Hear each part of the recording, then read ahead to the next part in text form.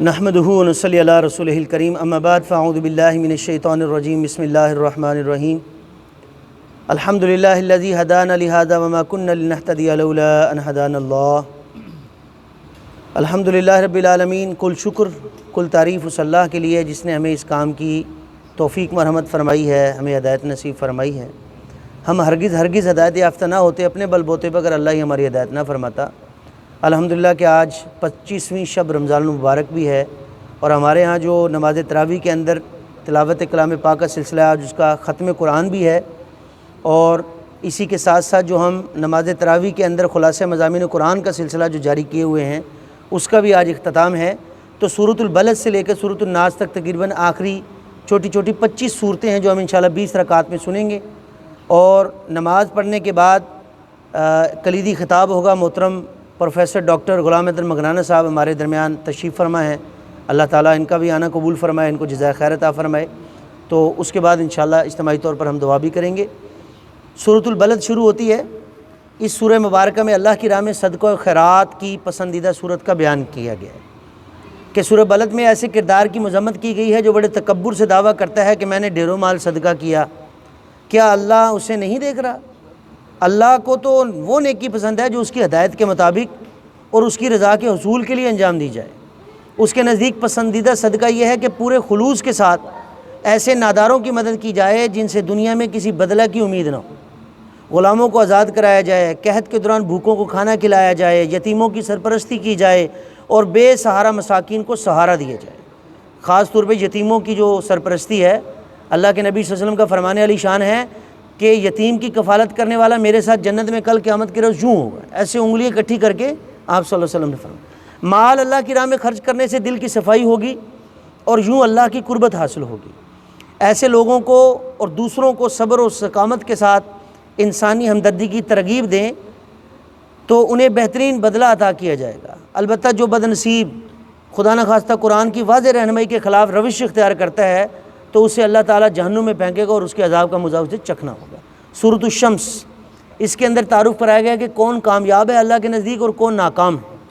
سورۃ الشمس میں متضاد مظاہر قدرت، یعنی قدرت کی وہ چیزیں جو ایک دوسرے کے جوڑا بھی ہیں الٹ بھی ہیں، جیسے سورج اور چاند، دن اور رات، اور آسمان اور زمین کی قسم کھا کر کہا گیا کہ انسانی وجود میں یہ جو دو متضاد میلانات ہیں، یعنی بدی اور نیکی کا شعور اللہ نے رکھ دیا ہے، یہ شعور دراصل انسانی وجود میں روح ربانی کی وجہ سے ہے۔ روح میں اللہ کی قربت کی ایک تڑپ ہے جس کے لیے اسے نیکی کی طرف رغبت اور برائی سے نفرت ہے۔ اس کے برعکس انسان کا نفس اسے برائی کی طرف لے جاتا ہے۔ اب اگر روح کے تقاضے سامنے رہتے ہیں تو یہی نفس لوامہ یعنی ضمیر بن کر انسان کو نیکی پر خوش اور برائی پر پشیمان کرے گا۔ رفتہ رفتہ انسان کے نفس کا تزکیہ ہوتا ہے اور وہ نفس مطمئنہ بن جاتا ہے۔ اس سعادت کو حاصل کرنے والے کامیاب ہیں۔ اس کے برعکس جو بد نصیب نفس کی خواہش کو روح کے تقاضوں پر ترجیح دیتے ہیں اور روح کو خاکی وجود میں دفن کر دیتے ہیں، وہ لوگ ناکام ہو جاتے ہیں۔ اور جیسے آج اب جو ہم روزوں کا ایک معاملہ چل رہا ہے تو اس کی وجہ سے لازمی طور پر ہماری روح بیدار ہوتی ہے، تقویت پکڑتی ہے۔ تو اسی لیے جس رکوع مبارک میں تعارف کرایا گیا ہے کہ اللہ تعالیٰ نے روزے کس لیے فرض کیے، اس کے احکامات اور اس کے موٹی جو ہے وہ باتیں بتائی گئی ہیں، ان 6 آیات میں تو ساتھ ہی فرمایا وَإِذَا سَأَلَكَ عِبَادِي عَنِّي فَإِنِّي قَرِيبٌ أُجِيبُ دَعْوَةَ الدَّاعِ إِذَا دَعَانِ فَلْيَسْتَجِيبُوا لِي وَلْيُؤْمِنُوا بِي لَعَلَّهُمْ يَرْشُدُونَ۔ اے نبی پاک صلی اللہ علیہ وسلم، جب آپ سے میرے بندے میرے بارے میں پوچھیں، آپ بتا دیں میں تو ان کو بہت نزدیک ہوں، میں تو ان کے بالکل قریب ہوں۔ یہ جب بھی مجھے پکاریں گے میں ہر ایک پکارنے والے کی پکار کا سنتا بھی ہوں، اس کا جواب بھی دیتا ہوں۔ بس انہیں چاہیے یہ بات بھی میری مانیں اور ایمان بھی مجھ پر رکھیں تاکہ یہ ہدایت یافتہ ہو جائے۔ لہٰذا انسانی وجود میں جس طرح ضمیر انسان کی اصلاح کرتا ہے، اسی طرح کسی قوم کا ضمیر ایسا نیک انسان ہوتا ہے کہ جو لوگوں کو نیکی کرنے اور بدی سے بچنے کی تلقین کرتا ہے۔ قوم سمود کے لیے ضمیر کا کردار حضرت صالح علیہ السلام نے انجام دیا تھا۔ بدبخت قوم نے ان کی دعوت کو جھٹلایا اور پھر بربادی کا سامنا کیا۔ سورۃ اللیل، اس میں پسندیدہ اور ناپسندیدہ کرداروں کا بیان ہے اللہ کے نزدیک۔ اس سورہ مبارکہ میں اللہ کی نگاہ میں پسندیدہ کردار اس انسان کا ہے جو اللہ کی راہ میں مال خرچ کرتا ہے، ہر معاملہ میں اللہ کی نافرمانی سے بچتا ہے اور حق کا بھرپور ساتھ دے کر اس کی تصدیق کرتا ہے۔ ایسے انسان کے لیے اللہ تعالیٰ جنت کا راستہ آسان فرما دیتا ہے، اور اللہ تعالیٰ ایسے انسان کے کردار کو اللہ نے فرمایا ناپسند فرماتا ہے جو بخل کرتا ہے، کسی بھی معاملہ میں جائز و ناجائز کی پرواہ نہیں کرتا اور حق کی دعوت کو جھٹلاتا ہے۔ ایسے کردار والے انسان کے لیے اللہ پاک فرما رہا ہے ہم جہنم کی راہ آسان کر دیں۔ یہ گویا کتنی سخت قسم کی بات ہے کہ جب وہ جہنم میں گرایا جائے گا تو اس کا مال اس کے کچھ کام نہ آئے گا، برا کردار اختیار کر کے ہم جہنم کے مستحق ہو جائیں گے، لیکن دنیا میں ہر خواہش پوری نہیں کر سکیں گے۔ لہٰذا بہتری اسی میں ہے کہ دنیا میں نفسانی خواہشات کی پیروی کے بجائے وہ کردار اختیار کیا جائے کہ جس کو اللہ پسند فرماتا ہے۔ اللہ ہمیں اس کی توفیق مرحمت فرمائے۔ سورۃ الضحیٰ، اس میں مایوسی دور کرنے کا نسخہ جو ہے وہ بیان کیا گیا کہ ایک بار نزول وحی میں طویل وقفہ ہوا تو یہ گمان کر کے آپ صلی اللہ علیہ وسلم پر ایک مایوسی سی طاری ہونے لگی، بلکہ جو مخالفین تھے نا انہوں نے کہنا شروع کر دیا، بڑے تانے دینے کہ جی وہ اب ان کا جو ہے نا ان کا رب جو ہے نا ان سے روٹھ گیا ہے، لگتا ہے بس اب وہ یعنی ایسا نہیں دوبارہ نہیں سلسلہ ہوتا۔ تو وہ اللہ کے نبی صلی اللہ علیہ وسلم دلی محسوس کرے شاید اللہ تعالیٰ مجھ سے کوئی ناراض ہو گیا ہے۔ اس سورہ مبارکہ میں اللہ تعالیٰ نے آپ صلی اللہ علیہ وسلم کی دلجوئی فرمائی ہے کہ اللہ نہ تو اپنے حبیب صلی اللہ علیہ وسلم سے ناراض ہوا ہے اور نہ ہی اس نے آپ صلی اللہ علیہ وسلم کو چھوڑ دیا ہے، وہ تو مسلسل آپ صلی اللہ علیہ وسلم کے درجات کو بلند فرما رہا ہے، اور ان قریب آپ صلی اللہ علیہ وسلم کو وہ کچھ عطا فرمائے گا کہ جس سے آپ صلی اللہ علیہ وسلم خوش ہو جائیں گے۔ آپ صلی اللہ علیہ وسلم یتیم تھے تو اللہ تعالیٰ نے آپ صلی اللہ علیہ وسلم کو سہارا دے دیا۔ آپ صلی اللہ علیہ وسلم حق کی تلاش میں بے چین تھے تو اللہ تعالیٰ نے قرآن کے نزول کے ذریعے سے آپ صلی اللہ علیہ وسلم کو ہدایت دے دی۔ آپ صلی اللہ علیہ وسلم تنگ دست تھے تو اللہ کے نبی صلی اللہ علیہ وسلم کے لیے اللہ تعالیٰ نے غم روزگار سے فارغ کر دیا آپ کو۔ مایوسی کی کیفیت میں اللہ کی عنایت کا تصور انسان کو تسکین دیتا ہے اور مایوسی کو دور کر دیتا ہے۔ سورۃ الانشراح یا سورۃ شرح، نبی کریم صلی اللہ علیہ وسلم کی مشکل آسان کرنے کا طریقہ بیان کیا کہ کس طرح سے اللہ نے یہ آسانی فرمائی۔ سورہ انشراح میں ارشاد ہوا کہ نبی کریم صلی اللہ علیہ وسلم کی ایک مشکل کو آسان کر دیا اللہ پاک نے کہ آپ صلی اللہ علیہ وسلم غار حرا کی تنہائیوں میں اللہ سے لو لگانے کا سرور حاصل کر رہے تھے۔ ایسے میں اللہ رب العزت نے آپ صلی اللہ علیہ وسلم کو حکم دیا کہ جائیے اور لوگوں کو آخرت کی جواب دہی کے حوالے سے خبردار کیجیے اور اپنے رب کی بڑائی کو قائم کیجیے۔ کہاں وہ ذکر اللہ کی لذت اور کہاں ایک جھگڑنے والی قوم کو خبردار کرنا۔ آپ سمجھ لیجئے کہ یہ کتنا بھاری کام تھا، کتنی بھاری ذمہ داری جو آپ صلی اللہ علیہ وسلم کے کاندھوں پر آئی۔ مارکا رائی کر کے دین حق کو غالب کرنا۔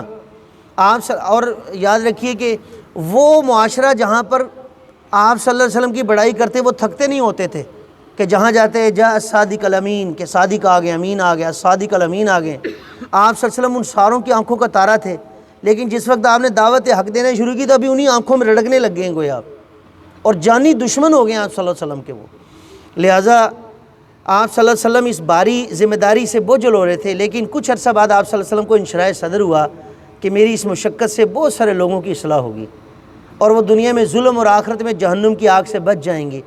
اللہ نے آپ صلی اللہ علیہ وسلم کو اس مشقت کا بدلہ دیا، یہ دیا کہ آپ صلی اللہ علیہ وسلم کا ذکر خیر بلند فرما دیا۔ جو لوگ مشکلات کو خندہ پیشانی سے جھیلتے ہیں بعد میں انہیں آسانیاں بھی میسر آتی ہیں۔ نبی کریم صلی اللہ علیہ وسلم کو تلقین کی گئی ہے کہ وہ دعوت و تبلیغ اور غلبہ دین کے لیے دن بھر محنت کریں، البتہ رات میں اللہ سے لو لگانے کی لذت حاصل کرنے کے لیے تہجد میں اٹھ کر ٹھہر ٹھہر کر قرآن مجید پڑھیں۔ سورۃ التین، اس میں انسان کی عظمت کا بیان ہوا کہ اللہ تعالیٰ نے کتنی شاہکار مخلوق بنائی، کتنی پیاری جو اس کی نقشہ گری فرمائی، کیسی اس کو جو ہے نا اللہ تعالیٰ نے عظمت عطا فرمائی، اس کا بیان ہے۔ اس سورہ مبارکہ میں قسمیں کھا کر اعلان کیا گیا ہے کہ انسان کی تخلیق بہت ہی عمدہ ساخت پر کی گئی ہے۔ انجیر کی قسم سے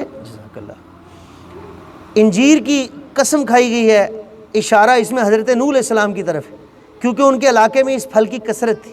زیتون کی طرف اشارہ کیا گیا کہ حضرت عیسیٰ علیہ السلام کی طرف یہ ایک اشارہ تھا کیونکہ زیتون کی کثرت والے علاقوں میں حضرت عیسیٰ علیہ السلام بھیجے گئے تھے۔ طور سینا حضرت موسیٰ علیہ السلام کی طرف اشارہ کر رہا ہے کیونکہ اسی مقام پر آپ علیہ السلام کو اللہ تعالیٰ کا جو ہے نا وہ ہم کلامی کا شرف حاصل ہوا تھا۔ بلد امین سے اشارہ حضرت ابراہیم علیہ السلام کی طرف ہے کہ جنہوں نے شہر مکہ کے لیے امن کا گہوارہ بننے کی دعا کی تھی، اور یہ اشارہ نبی کریم صلی اللہ علیہ وسلم کی طرف بھی ہے کیونکہ آپ صلی اللہ علیہ وسلم کی بعثت اسی محترم شہر میں ہوئی اور آپ صلی اللہ علیہ وسلم خود انہی کی دعا کا صدقہ ہیں گویا کہ۔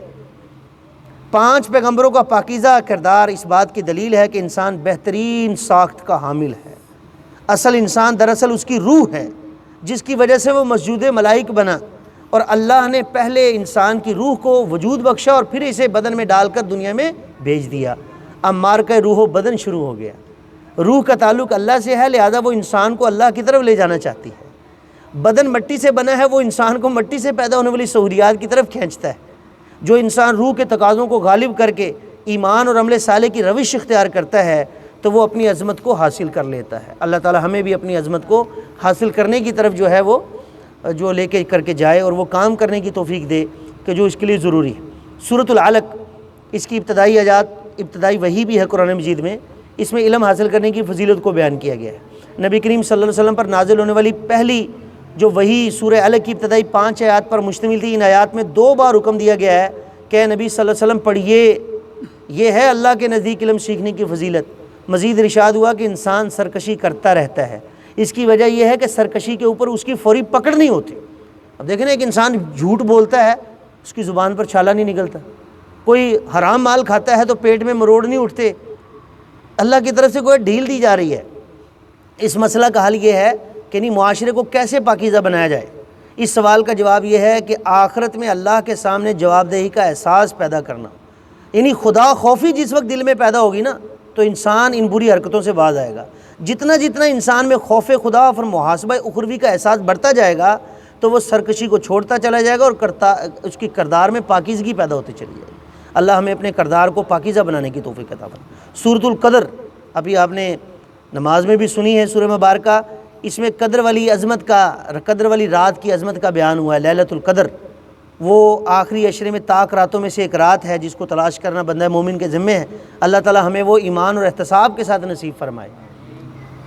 سورہ قدر جیسے آج کی رات بھی لیلۃ القدر ہو سکتی ہے اگر اللہ چاہے تو، طاق رات ہے کہ اس کی فضیلت یہ بیان کی گئی، اس رات میں اللہ نے قرآن کو نازل فرمایا۔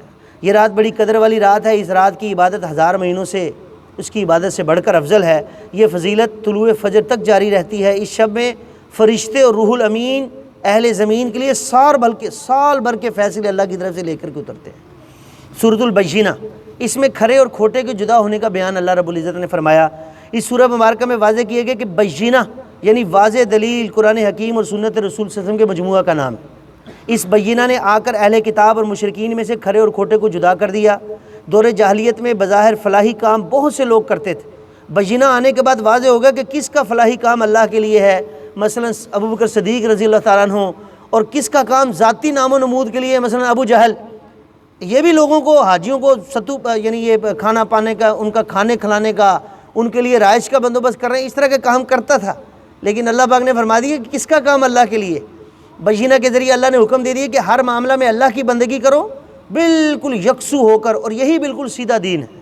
اس سیدھے دین پر نہ چلنے والے بدترین مخلوق ہیں، اور ان کی سزا اللہ نے جہنم کی بھڑکتی ہوئی آگ تیار کر رکھی ہے۔ اس کے برعکس حق پر ایمان لانے والے اور اچھے اعمال کرنے والے اللہ کے نزدیک بہترین مخلوق ہیں۔ ان کے لیے وہ دائمی باغات ہیں جن کے نیچے، جن کے دامن میں ندیاں بہتی ہوں گی۔ اللہ ان سے راضی ہو اور وہ اللہ سے راضی ہو گئے۔ یہ نعمت اسے ملے گی جو دنیا میں اپنے رب سے ڈرتا رہا۔ تو کتنی بڑی یہ گویا گارنٹی اللہ کی طرف سے ایک ایوارڈ ہے کہ جو اللہ نے دیا۔ سب سے پہلے تو اس کے مصداق صحابہ کرام رضی اللہ عنہم اجمعین کہ اللہ ان سے راضی ہو گئے، وہ اللہ سے راضی ہو گئے۔ سبحان اللہ۔ سورۃ الزلزلہ، اس سورہ مبارکہ میں روز قیامت کی کیفیت و کردار کا بیان ملے گا کہ روز قیامت زلزلہ کی وجہ سے زمین اپنے اندر مدفون تمام انسانوں کو باہر نکال دے، اور پھر وہ ان کے تمام اعمال کا حال بھی بتائے گی جو اس پر انسانوں نے کیے تھے۔ تمام انسان اپنے اپنے اعمال کے اعتبار سے گروہوں میں تقسیم ہو جائیں گے، اور اللہ پاک فرما رہا ہے جس کی ذرہ بھر نیکی ہوگی وہ بھی اسے درج پائے گا اپنے نامہ اعمال میں، اور جس کی ذرہ برابر کوئی برائی ہوگی اسے بھی وہ لکھا ہوا پائے گا۔ بلکہ ایک دوسرے مقام پہ ہم پڑھ کے آ رہے ہیں کہ انسان پچھتائے گا کہ ہائے شامت، یہ کیسا نامہ اعمال ہے کہ اس نے تو کچھ بھی نہیں چھوڑا، پوری زندگی کی ایسی فلم جس میں کوئی چیز رہ نہیں گئی ہے۔ اللہ تعالیٰ ہمارے ساتھ آسانی والا معاملہ فرمائے، اللہ سے ہم یہی امید رکھتے ہیں۔ البتہ یہ کہ جیسے اللہ کے نبی صلی اللہ علیہ وسلم نے فرمایا، کوئی محض اپنے نیک عمل کی وجہ سے آخرت میں جنت میں نہیں جا سکے جب تک اللہ کی رحمت اس کے شامل حال نہ ہو جائے، اس کو اپنے سایہ آغوش میں نہ لے لیں۔ تو اللہ تعالیٰ ہم سب پر اپنی خصوصی رحمت فرمائے۔ سورۃ العادیات، اس میں انسان کی ناشکری کا بیان کیا گیا ہے۔ سورہ عادیات میں انسان کے کردار کا گھوڑے کے کردار سے موازنہ کرایا گیا ہے۔ گھوڑا اپنے مالک کا انتہائی وفادار ہوتا ہے۔ مالک گھوڑے کا خالق نہیں ہے، نہ ہی اس کی خوراک خود پیدا کرتا ہے، وہ تو صرف اللہ کی پیدا کردہ خوراک گھوڑے کے سامنے ڈال دیتا ہے، اور گھوڑا اپنی جان کی پرواہ کیے بغیر ہر مہم میں اس اپنے مالک کا ساتھ دیتا ہے۔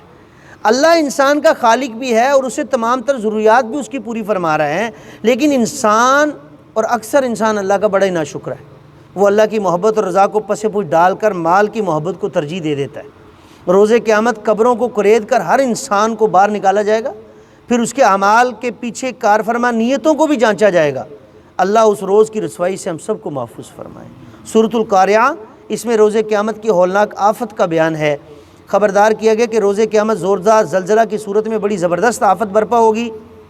لوگ بکھرے ہوئے پتنگوں کی طرح منتشر ہوں گے اور پہاڑ دھنکی ہوئی رنگین اون کی طرح اڑ رہے ہوں گے۔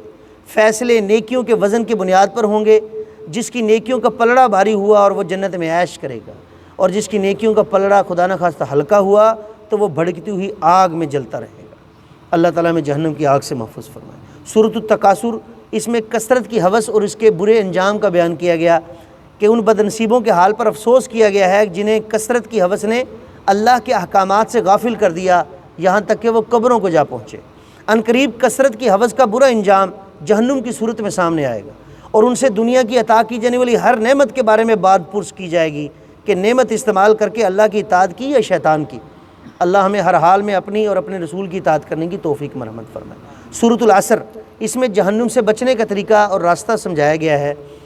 اس سورہ مبارکہ میں تاریخ انسانی کو گواہ بنا کر بیان کیا گیا ہے کہ دنیا والے انسانوں کی اکثریت دنیا کے دھوکے میں آ گئی ہے اور اس نے غفلت کی زندگی گزار کر جہنم میں جانے کی راہ اختیار کی ہے۔ البتہ ایسے لوگ جہنم سے بچ سکتے ہیں جو نبی کریم صلی اللہ علیہ وسلم کی بتائی ہوئی تعلیمات پر ایمان لے آئیں، اچھے اعمال کریں، دوسروں تک حق کا پیغام پہنچائیں اور تبلیغ حق کی راہ میں آنے والی ہر مشکلات پر وہ ایک دوسرے کو صبر اور استقامت کی تلقین کریں۔ اللہ ہمیں ابدی خسارے سے بچنے کے لیے یہ 4 کام، ایمان لانا، عمل صالح اختیار کرنا، اور آپس میں ایک دوسرے کو حق بات کی تلقین اور صبر کی جو ہے ایک دوسرے کو وہ نصیحت اور تلقین کرنے کی توفیق عطا فرمائے۔ سورۃ الہمزہ، اس میں مال کو سمیٹ کر رکھنے والوں کے لیے برے انجام کا ذکر کیا گیا۔ یہ سورہ مبارکہ ایسے انسان کے پست کردار کو بے نقاب کر رہی ہے کہ جس کا مقصود دولت جمع کرنا ہے۔ وہ اس گھٹیا مقصد کے لیے جھوٹ، دھوکہ دہی، خیانت، لگائی بجائی، غرض کسی بھی اخلاقی برائی سے باز نہیں رہتا۔ وہ روپے پیسے کو ہی کامیابی اور عزت کا معیار سمجھتا ہے، مال جمع کرتا رہتا ہے اور سمجھتا یہ ہے کہ اس کی بقا کے لیے اور بعد از موت بھی اس کی ناموری کے لیے مال جو ہے نا بڑی وجہ بنے گا۔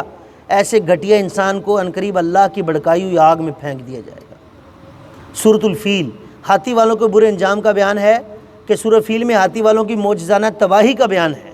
یہ ہاتھی والے یمن کے عیسائی تھے جن کا سرگنا ابرہہ تھا۔ وہ چاہتا تھا کہ یمن سے لے کر شام تک کے تجارتی فوائد اہل یمن کو حاصل ہوں۔ یہ فوائد اس وقت قریش کو حاصل تھے۔ مکہ میں بیت اللہ کی وجہ سے پورے عرب میں قریش کا بڑا ہی مذہبی طور پر احترام جو ہے نا وہ موجود تھا۔ ان کے تجارتی قافلے امن کے ساتھ ہر علاقے سے گزر جاتے تھے، کوئی بھی ان کو لوٹتا نہیں تھا۔ ابرہہ نے قریش کی مذہبی حیثیت کو ختم کرنے کے لیے الکلیس نامی ایک نام نہاد عبادت گاہ یمن میں بنائی اور تمام اہل عرب کو اس مقام پر آ کر عبادت کرنے اور حج کرنے کی دعوت دے دی۔ اس کی دعوت کسی نے بھی قبول نہیں کی۔ ضد میں آ کر اس نے بیت اللہ کو، اللہ کے گھر کو شہید کرنے کا ناپاک منصوبہ بنا لیا اور 60,000 کا لشکر لے کر مکہ کی طرف روانہ ہوا۔ اس لشکر میں یہ ہاتھی بھی تھے تاکہ لوگوں پر ایک رعب قائم ہو۔ جیسے ہی لشکر مزدلفہ سے نکل کر وادی محصر میں داخل ہوا تو اللہ نے اسے چھوٹے سے ایک پرندے ابابیل، ان کے جھنڈ کے جھنڈ اس لشکر پر بھیج دیے۔ ان کی چونچ میں گویا زہریلے اثرات رکھنے والے، آج کے دور میں ہم سمجھ سکتے ہیں کہ کیمیکل ویپنز گویا کہ اللہ نے اس دور میں ان پرندوں کو وہ عطا فرما دی۔ پرندوں نے وہ کنکریاں جو ہیں ابرہہ کے لشکر پر پھینکیں تو کنکری سے جسم کے حصے پر جیسے وہ پڑتی وہ گلنا چھڑنا شروع ہو جاتا۔ ہاتھی ان کنکریوں کے اثرات سے بلبلا اٹھے اور واپس مڑ مڑ کر اپنے ہی لشکر کو روندتے ہوئے نکلتے چلے گئے۔ پورا لشکر تباہ ہوا اور اللہ نے اپنے عظیم گھر کی، بیت اللہ شریف کی حفاظت فرمائی اور دکھا دیا کہ اللہ تعالیٰ ہی اپنے گھر کی حفاظت پر جو ہے وہ قادر ہے۔ اس میں ایک حدیث پاک میں آپ کی نظر کرنا چاہتا ہوں۔ یہ بھی ہم نے دیکھا کہ اللہ نے اس گھر کی حفاظت فرمائی ہے۔ بدقسمتی سے یہ مشرف کا دور ہم نے دیکھا کہ جب پاکستان کے اندر جو ہے نا یہ دھماکے اور اس قسم کی چیزیں اس کثرت سے ہونے لگی تھی کہ گویا کوئی دن خالی نہیں جاتا تھا۔ تو اللہ کے نبی صلی اللہ علیہ وسلم کی حدیث پاک ہے، اس کا مفہوم ہے کہ اللہ تعالیٰ اس بات کو تو گوارا کر لیتا ہے کہ کوئی اس کے گھر کو ڈھا دے گرا دے، لیکن کبھی اس بات کو اللہ برداشت نہیں کرتا کہ کسی ایک انسان کی، مسلمان کی جان لے لی جائے۔ بے گناہ بے قصور جو جان جاتی ہے اس کو اللہ برداشت نہیں کرتا۔ تو اللہ تعالیٰ سے دعا ہے کہ اللہ تعالیٰ یہ دہشت گردی سے بھی پوری دنیا کو، خاص طور پہ پاکستان کو بھی محفوظ فرمائے۔ سورہ قریش پر اللہ تعالیٰ کے احسانات کا ذکر سورہ مبارکہ میں ملے گا، لہذا قریش کو باور کروایا گیا کہ اللہ نے ابرہہ کے لشکر کو تو تباہ کیا تاکہ تمہارے تجارتی مفادات محفوظ رہیں۔ احسان مندی کا تقاضا یہ ہے کہ تم خود ساختہ معبودوں کے بجائے بیت اللہ کے رب یعنی اللہ کی عبادت کرو، اور وہ رب کہ جس نے تمہیں بھوک مٹھانے کے لیے غذا دی ہے اور بیت اللہ کے گرد ایک خاص علاقہ کو حرم قرار دے کر تمہیں جنگ و جدل کے یعنی ماحول سے، اس خوف سے امن بخش دیا ہے۔ سورۃ الماعون، اس میں جزا و سزا کو جھٹلانے والے پست کردار کا بیان جو ہے نا وہ ذکر کیا گیا۔ جو شخص جزا و سزا کا یقین نہیں رکھتا یعنی آخرت کے دن کا، تو وہ انتہائی پستی والا کردار، گھٹیا کردار کا مالک ہے۔ یہ وہی شخص اللہ پاک فرماتے ہیں جو یتیم کو دھکے دیتا ہے، محتاجوں کو کھانا کھلانے کی ترغیب نہیں دلاتا، نماز جی چاہتا ہے تو پڑھتا ہے، اور جب لوگوں کو دکھانے کے لیے، جب بھی پڑھتا ہے لوگوں کو دکھانے کے لیے پڑھتا ہے، ریاکار ہے، عام استعمال کی اشیاء بھی کسی ضرورت مند کو نہیں دیتا۔ اللہ ہمیں جزا و سزا کا یقین عطا فرمائے۔ سورۃ الکوثر، نبی کریم صلی اللہ علیہ وسلم پر کثرت عنایات کا بیان اس سورہ مبارکہ میں ملے گا کہ اللہ کے نبی صلی اللہ علیہ وسلم کو عطا کی جانے والی کثیر نعمتوں کا ذکر ہے۔ قرآن جیسی کامل ہدایت، اسلام جیسا مکمل دین، صحابہ کرام جیسے جانثار ساتھی، بہت بڑی امت، اور محض 21 برس میں دین کو غالب کرنے کی سعادت۔ آپ صلی اللہ علیہ وسلم کو ان نعمتوں کا شکر ادا کرنے کے لیے نماز ادا کرنے اور قربانی پیش کرنے کی تلقین کی گئی۔ دشمن سمجھتے ہیں کہ آپ صلی اللہ علیہ وسلم کی اولاد، جو اولاد نرینہ ہے، وہ بچپن میں ہی فوت ہو گئی اور اب خدا نہ خواستہ آپ کا نام نہ رہے گا، تو ان کی یہ خام خیالی۔ اللہ پاک نے فرمایا کہ وہ خود ہی بے نام و نشان رہیں گے، اور آپ صلی اللہ علیہ وسلم کا ذکر خیر تو قیامت تک اللہ تعالیٰ بلند سے بلند تر کرتا رہے گا۔ ایک چھوٹی سی بات ہے کہ جتنے آج دنیا کے اوپر مسلمان ہیں، وہ ٹھیک ہے ہمارے اندر کردار کی خامی ہے ابھی ہم لوگ عملی طور پہ، لیکن اس کے باوجود صرف ایک چھوٹی سی کیلکولیشن ہے کہ جتنے لوگوں کا نام محمد اور احمد اس وقت ہے، یہ بھی تو آپ صلی اللہ علیہ وسلم کی تعریف ہی ہے نا، کتنے امتی ہیں۔ تو سورۃ الکافرون یہ کافروں سے اعلان برات ہے، گویا کہ اب جو ہے نا یہ آخری وقت ہے مکہ کی نبوی دور میں کہ بالکل علل اعلان کافروں کو کافر کہہ کے پکارا گیا، گویا کہ اب جو ہے نا بالکل دو ٹوک انداز میں۔ تو اس سورہ مبارکہ میں کافروں کی طرف سے سمجھوتے کی پیشکش کو سختی سے رد کرتے ہوئے آگاہ کر دیا گیا ہے کہ نبی کریم صلی اللہ علیہ وسلم ہرگز تمہارے معبودوں کی عبادت نہیں کریں گے، اسی طرح تم بھی نبی کریم صلی اللہ علیہ وسلم کے معبود حقیقی کی عبادت۔ اوے بیٹے ادھر آ جاؤ، آپ لوگ بسم اللہ والآخر۔ نبی کریم صلی اللہ علیہ وسلم ہرگز تمہارے معبودوں کی عبادت نہیں کریں گے، اسی طرح تم بھی نبی کریم صلی اللہ علیہ وسلم کے معبود حقیقی کی عبادت نہیں کرنے والے۔ معبود حقیقی کی تو کوئی اولاد یا کوئی شریک نہیں ہے، جبکہ تم ایک ایسے اللہ کو مان رہے ہو کہ فرشتے اس کی بیٹیاں قرار دے رہے ہو، اور تمہارے خود ساختہ معبود بھی اس میں شریک کر رہے ہو۔ تمہارا تصور اللہ کے بارے میں کچھ اور ہے، اور نبی پاک صلی اللہ علیہ وسلم کا تصور کچھ اور ہے۔ تمہیں تمہارا دین مبارک ہو، اور جس کے تحت تم من گھڑت معبودوں کی عبادت کرتے ہو، نبی کریم صلی اللہ علیہ وسلم کے لیے تو ان کا دین کافی ہے، اور جس میں وہ صرف اور صرف اللہ کی عبادت کرتے ہیں۔ اللہ تعالیٰ ہمیں محض اللہ اپنی عبادت کرنے کی توفیق عطا فرمائے۔ سورۃ النصر، نبی کریم صلی اللہ علیہ وسلم کی مشن کی کامیابی کا اعلان ہے۔ یہی وجہ ہے کہ جس وقت یہ سورہ مبارکہ نازل ہوئی نا، باقی صحابہ تو اس وقت خوشیوں منا رہے تھے۔ حضرت ابوبکر صدیق رضی اللہ عنہ کے بارے میں آتا ہے کہ جب انہیں یہ اس صورت کے بارے میں پتہ چلا، آنکھوں سے آنسوں کی ایسی لڑی لگی ہے گویا باقاعدہ جس کو ہم کہتے ہیں نشان بن گئے۔ تو کسی نے پوچھا کیا؟ انہوں نے کہا کہ میں سمجھ رہا ہوں کہ اللہ کے نبی صلی اللہ علیہ وسلم کو جس مقصد کے لیے دنیا میں بھیجا تھا نا، آج وہ مقصد پورا ہو گیا۔ گویا نبی پاک صلی اللہ علیہ وسلم کا اللہ تعالیٰ سے ملاقات کا وقت آیا چاہتا ہے۔ یہ سورہ مبارکہ بشارت دے رہی ہے کہ ان قریب اللہ کی مدد آئے گی، مسلمانوں کو فتح حاصل ہوگی اور دین غالب ہو جائے گا۔ گویا نبی کریم صلی اللہ علیہ وسلم کا مشن گویا اپنی تکمیل کو پہنچے گا، لوگ جوک در جوک نظام اسلام کو قبول فرمائیں گے۔ اب نبی کریم صلی اللہ علیہ وسلم کو دنیا سے رخصت کی یعنی وہ اختیاری کرنی ہوگی۔ آپ صلی اللہ علیہ وسلم کو چاہیے کہ اس کیفیت کے آنے کے بعد، جب یہ آپ اپنی آنکھوں سے دیکھ رہے ہیں کہ اسلام میں جوک در جوک لوگ آ رہے ہیں، تو کثرت سے اللہ کی تسبیح و حمد بیان فرمائیں۔ مشن کے دوران جو بھول آپ صلی اللہ علیہ وسلم سے ہوئی یا کوئی خطا بشری تقاضوں کے تحت، تو آپ صلی اللہ علیہ وسلم کے ساتھیوں سے اگر کوئی ایسی خطا ہوئی ہے تو اللہ تعالیٰ سے اس پر استغفار کریں، بے شک اللہ تعالیٰ بخشنے والا اور نظر کرم فرمانے والا ہے۔ اور ہمارا سب کا عقیدہ ہے کہ تمام کے تمام انبیاء علیہ السلام معصوم عن الخطا ہیں، کہ اللہ تعالیٰ کی خاص پروٹیکشن میں ہوتے ہیں کہ ان سے اللہ تعالیٰ کوئی خطا سرزد ہی نہیں ہونے دیتا۔ سورۃ المسد یا سورۃ اللہب، گستاخ رسول کے لیے شدید ترین وعید کا ذکر سورہ مبارکہ ملے کہ ابو لہب آپ صلی اللہ علیہ وسلم کا سگا چچا اور پڑوسی بھی تھا۔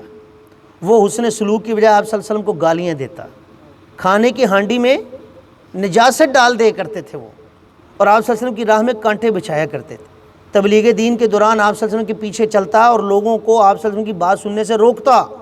اس سورہ مبارکہ میں وحی سنائی گئی ہے کہ اس کے دونوں ہاتھ ٹوٹ جائیں گے اور وہ تباہ و برباد ہوگا۔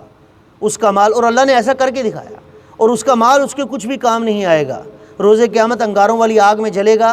اس کی بیوی بہت زیادہ وہ لگائی بجائی کے ذریعے فساد کی آگ بھڑکاتی تھی، اور اس طرح ہلاک ہوگی کہ کھجور کی رسی اس کے گلے میں پھندا بن کر اٹک جائے گی، اور یہ گویا آگ کی رسی ہوگی۔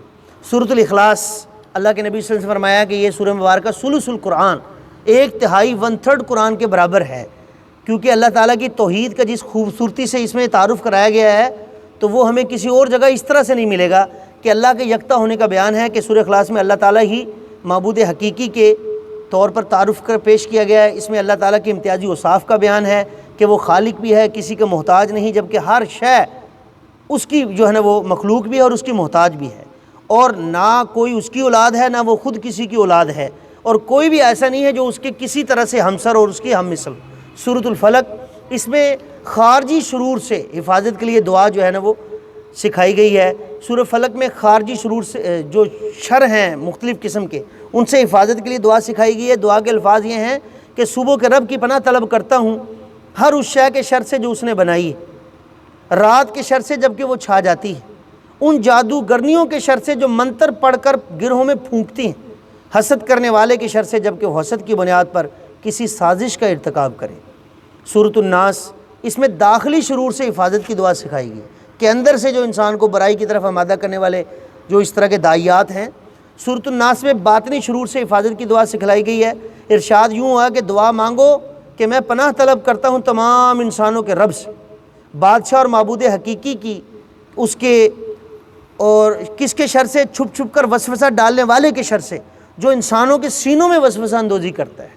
یہ وسوسہ ڈالنے والا کوئی شیطان جن بھی ہو سکتا ہے، یا شیطان کا کوئی ایجنٹ انسان بھی ہو سکتا ہے۔ اللہ تعالیٰ کا کتنا بڑا احسان ہے کہ اس نے اپنی عظیم کتاب کے آغاز میں سورہ فاتحہ کی صورت میں بندوں کو ہدایت مانگنے کی جو ہے نا وہ دعا تلقین کی ہے کہ اہدنا الصراط المستقیم، اور پورے قرآن مجید کی صورت میں ہدایت کی دعا قبول فرمائی ہے۔ اور آخری یہ جو 2 صورتیں ہم نے ابھی دیکھی ہیں، اس میں تمام شرور سے، خارجی طور پر بھی انسان کے اوپر جو حملہ ور ہو سکتے، داخلی طور پر بھی اندر سے جو انسان کو برائی کی طرف یعنی کوئی تحریک ملتی ہے، تو اس میں دعا سکھلا دی گئی ہے تاکہ ہدایت پانے کے بعد انسان گمراہ نہ ہو۔ اللہ رب العزت سے دعا ہے کہ اس احسان عظیم اور دیگر بے شمار نعمتوں کے شکر ادا کرنے کی توفیق مرحمت فرمائے۔ الحمدللہ رب العالمین۔ اب ہم نماز میں 20 تراویح کے اندر قرآن پاک سنیں گے، اور اس کے بعد محترم ڈاکٹر پروفیسر غلام حیدر مگنانہ صاحب ہمارے درمیان تشریف فرما ہے، ان سے انشاءاللہ اختتامی خطاب ہوگا اسی تکمیل قرآن کے سلسلے میں۔ تو اللہ تعالیٰ ہمارا حامی ناصر ہو۔